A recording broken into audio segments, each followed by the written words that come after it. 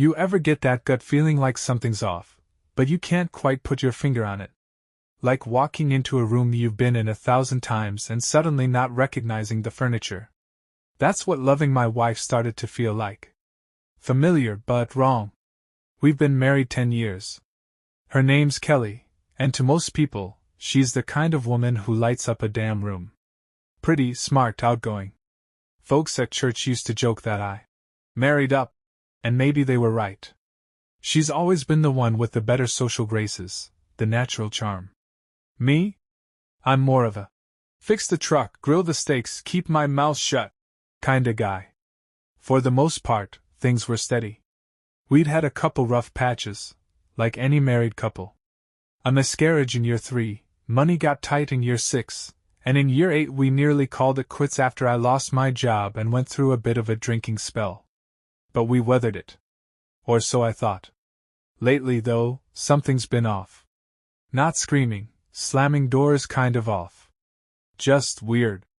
You ever have your wife laugh at a text and when you ask what it was, she says, "Just a meme," but then turns her phone over like it's a damn nuclear code book? That kind of thing. Small, quiet stuff that doesn't make sense when you hold it up to the light. I remember the first real moment it hit me. I was in the kitchen making coffee. She was supposed to be in her home office, working late, on some graphic design project. I walked past her laptop, and the thing's wide open. On the screen? Pinterest. She's pinning wedding dresses. Wedding dresses? Now, maybe I'm old-fashioned, but once you're married, that ship has sailed. So I ask her about it later, and she just laughs. Says it was for a client. Some bridal boutique thing. All right. Makes sense. I leave it be. But then it's another thing. She gets a new perfume. Doesn't tell me, doesn't ask me if I like it. It just shows up one day on her. Strong, musky, floral stuff. She used to wear that light vanilla scent I always liked, but this one's different. I ask her about it, and she says her boss gave it to her as a gift. Her boss. We've met the guy. He's a limp noodle in a cardigan. Not the type to give female employees personal gifts, especially not fancy designer perfume. Again, I let it go. Then there was the gym membership. Kelly ain't ever been a gym person. She hates sweating, hates early mornings, but suddenly she's got a brand new membership and she's up at 6:30 every damn day. When I offered to go with her, hell, I could lose a few pounds, she gave me this nervous laugh and said, "It's more of a yoga thing. You'd hate it." I started making jokes. "Say hi to your yoga boyfriend," I teased, trying to keep it light. She didn't laugh. Still, none of this was proof. Just smoke. No fire. And I trusted her. Or I wanted to. God, I wanted to so bad. Fast forward a couple weeks. She's supposed to be working from home. I come back from a parts run for my truck a little early, and the house is dead quiet. I knock on her office door, no answer. I peek in, empty. But her purse is gone, and so are her sneakers. I check the kitchen. Nothing. Bedroom. Nada. Then I spot her phone on the nightstand, face up. Now I don't snoop. Never have. But something in me snapped. A little voice said, "Look." So I picked it up. The screen was still unlocked. Uber was open. Now I ain't no tech genius, but I can read a map. And that map showed her drop-off point earlier that morning, about 10:45 a.m., was a hotel 2 towns over. A Courtyard Marriott. And just 15 minutes before I got home, she'd been picked up from the same hotel. I just stood there, staring at that screen like it was gonna change if I blinked long enough. I kept telling myself, maybe she had a client meeting. Maybe she was dropping off design proofs. Maybe she just needed some quiet away from the house. But that voice in my head? It wasn't buying any of it. She got home around 4. I didn't say anything. I just played dumb. Smiled. Asked how her day went. She said, "Ugh, boring. Didn't even leave the house." I nodded. I kissed her. I even rubbed her damn feet while she watched her crime shows. That was the moment I knew. Deep down, the switch flipped. She looked me in the eyes and lied. Just like that. No flinch. No hesitation. And I still wasn't sure what to do. I could have confronted her right then. But part of me wanted to see it. Not just feel it. I needed to catch her in the act. So I played along. For a whole week. Smiled, cooked dinner, kissed her goodnight, let her walk around like she wasn't shoving a knife in my back. Every time she picked up that phone and made some excuse to go for a walk or to the studio, I just nodded. But I was watching. Every little move. I even started talking to her more. Opening up. Told her I was thinking about a vacation, just the two of us. She said, "We'll talk about it." But she never brought it up again. She was always busy. Or tired. Or stressed. Then came yesterday. I saw it again. Uber open on her screen, not even trying to hide it anymore. This time, she'd scheduled a pickup. 11:15 a.m. Same hotel. I took a screenshot with my phone and waited. She left right on time, with her little yoga mat in hand and that new perfume choking up the hallway. I waited 15 minutes, then I got in my truck and drove. Didn't even check in with the front desk. Just walked the halls like I was looking for a vending machine. Took the elevator to each floor, listened for sounds. My heart felt like it was beating in my ears. Then I heard it. 3rd floor. Door cracked just slightly. I recognized her laugh. I didn't knock. I kicked the damn door open. After I kicked that hotel room door open like I was bustin' in on a poker game in an old western, I expected fireworks, screamin', scramblin', half-naked panic, maybe a shoe flyin' past my head. But what I got instead? Nothin'. Room was empty. No Kelly. No guy. Bed made. Lights off. Only thing hangin' in the air was that familiar perfume she'd been wearin' the last few weeks, sweet and heavy, like it was tryin' to cover up guilt. The kind of smell that sticks to your shirt even after you wash it. I stood there for a good minute just breathin' and starin'. Half waitin' for someone to pop out the bathroom, half hopin' I'd hallucinated the whole damn thing. But it was quiet.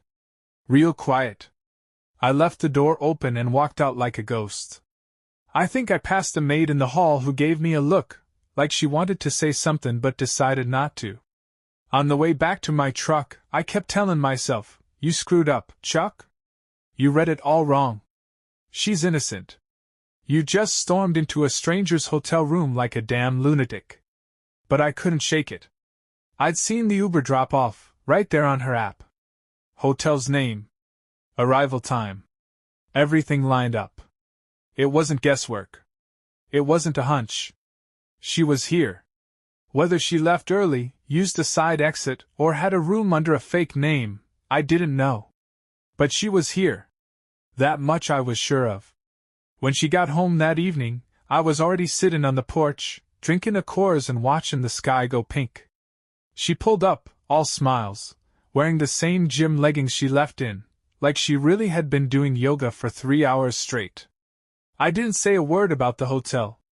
Not yet. "Hey, babe," she said, kissing me on the cheek. "Sorry I missed your text."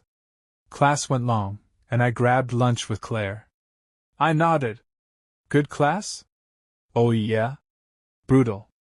My legs are dead." I didn't blink. Just sipped my beer and said, "Good to hear."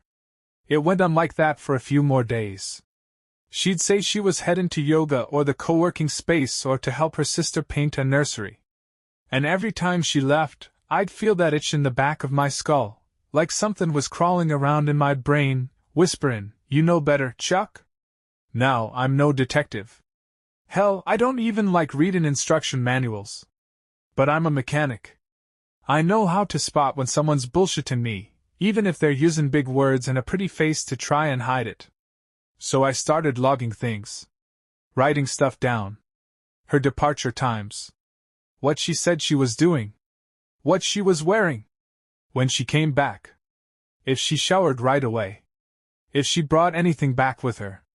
It all felt crazy at first, like I was turning into one of those paranoid husbands you see in those sad online threads. Hell, maybe I was, but I couldn't let it go. Then came the charger situation. She left her laptop open one day while she was in the shower. I wasn't snooping, not at first. I walked by and noticed it was dead. The little blinking light was off. Weird, considering she'd been working on a big project all day. I checked the outlet. No charger. Then it hit me. Her laptop bag was gone too. I asked her about it later, just to see what she'd say. Hey, you still working on that design thing? Oh, yeah? I was sketching out ideas all morning. With a dead laptop? She blinked, just for a second. Oh, I mean, I was brainstorming. Pen and paper stuff. Laptop bag wasn't here either. Oh, I took it to get the battery checked. It was acting up. She said it so smooth I almost believed her. But I saw the twitch. That half-second pause where her brain had to catch up and spit out a lie. After that, I stopped giving her the benefit of the doubt. I checked her Uber history again, late one night while she was sleeping beside me. She must have cleared the app recently, 'cause only 2 recent rides showed up. But I remembered how it worked. I went to the email receipts she had synced to our shared account years ago, before she got fancy with privacy settings. There they were. 3 rides in the last 10 days. All to the same hotel. She told me she hadn't left the house on those days. And still, I didn't confront her. I don't know why. Maybe I was still holding out hope that there was an explanation that didn't make me want to put my fist through the drywall. Or maybe I wanted her to dig her own grave. That Sunday, I told her I was headed to my buddy Wes's place for a barbecue. Truth was, I parked my truck in the alley behind the hotel and sat there for 3 hours with a 6-pack and a pair of binoculars I'd borrowed from Wes's kid. Felt like a damn creep.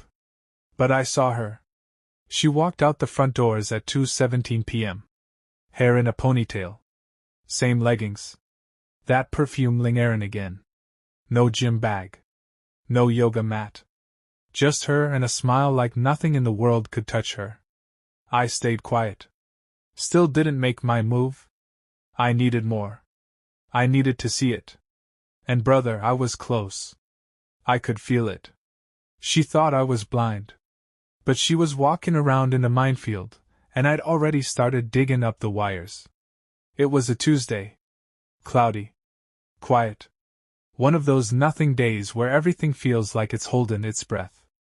Kelly was dressed up that morning. Hair done, makeup on, those tight jeans she only ever wore on nights out. She told me she was meeting a client for brunch. I smiled, kissed her cheek, and told her to have a good time. She left at 10:30 a.m. sharp. I gave her a 15-minute head start, then pulled out behind her in my buddy Wes's old beater sedan, borrowed it the night before and parked it around the corner so she wouldn't recognize it. She never saw me. She didn't go to brunch. She didn't go to any client meeting. She went straight to that same damn hotel, Courtyard Marriott, 3rd time this month. Pulled in like it was her second home. I waited. 20 minutes. Then I walked in. Didn't ask for a key. Just headed for the elevators and rode it up to the 3rd floor. Same routine. Heart pounding, hands sweaty. I knew this time was different. I could feel it. Room 312. I could hear muffled voices. Laughter. I didn't knock. I kicked the door open like I meant it this time. And there they were. Kelly. And some guy. Couldn't have been more than 30. Hair gelled back, shirtless, tattoos down his side like he was trying to audition for a boy band in Vegas. She screamed, he scrambled for the blanket, and I just stood there in the doorway, talking it in. She shouted, "Chuck? What the hell are you?" I didn't say a word. Not at first. Just walked in calm, set my phone on the dresser, and hit record. I'd rehearsed this in my head 100 times, but when it came down to it, all I felt was cold. Numb. Like the anger had already burned itself out and left me hollow. "Thought you had brunch," I said finally. She wrapped herself in a sheet like it mattered now. This isn't what it looks like. I laughed. I actually laughed. Really? 'Cause it looks like my wife's half naked in a hotel bed with a guy who ain't me. The kid started stammering, said he didn't know she was married. She gave him this wild look, like shut up, but it was too late. That's when I turned to her. How long, Kelly? She wouldn't answer. Just stared at me, face white as a ghost. How long? I asked again, louder this time. She muttered, a few months. Try again. Since January. I nodded. Did the math. That's 9 months. 9 months of lies. 9 months of yoga classes and design work. 9 months of me rubbing her damn feet while she was sneaking around with Tattoo Tommy. And here's the kicker, when I asked her why, she had the balls to say, you weren't emotionally available. That's when I lost it. I didn't hit anybody. I ain't that guy. But I started grabbing stuff off the nightstand, remote, lamp, stupid little hotel notepad, and throwing it across the room like I was trying out for the Yankees. Didn't care what broke. Didn't care who saw. Just wanted something to crack that wasn't me. She screamed at me to calm down. I told her she didn't get to tell me what to do. Not anymore. Told the guy. Put your damn pants on and get out before I change my mind about swinging dot. He left. Didn't even tie his shoes. I looked at Kelly, this woman I'd spent 10 years with. This woman I defended to my friends when they raised eyebrows. This woman I held when her dad died and danced with in our kitchen at midnight just 'cause our favorite song came on. And I didn't feel love. I felt done. I hope it was worth it, I said. 'Cause you just burned down the only man who ever gave a damn about you. Then I walked out. Left her there, sitting on the edge of the bed with her mascara running and her little world falling apart. Went straight home, grabbed her stuff, clothes, makeup, her fake little vision board, and started packing it into trash bags. Set Em on the porch. Changed the locks.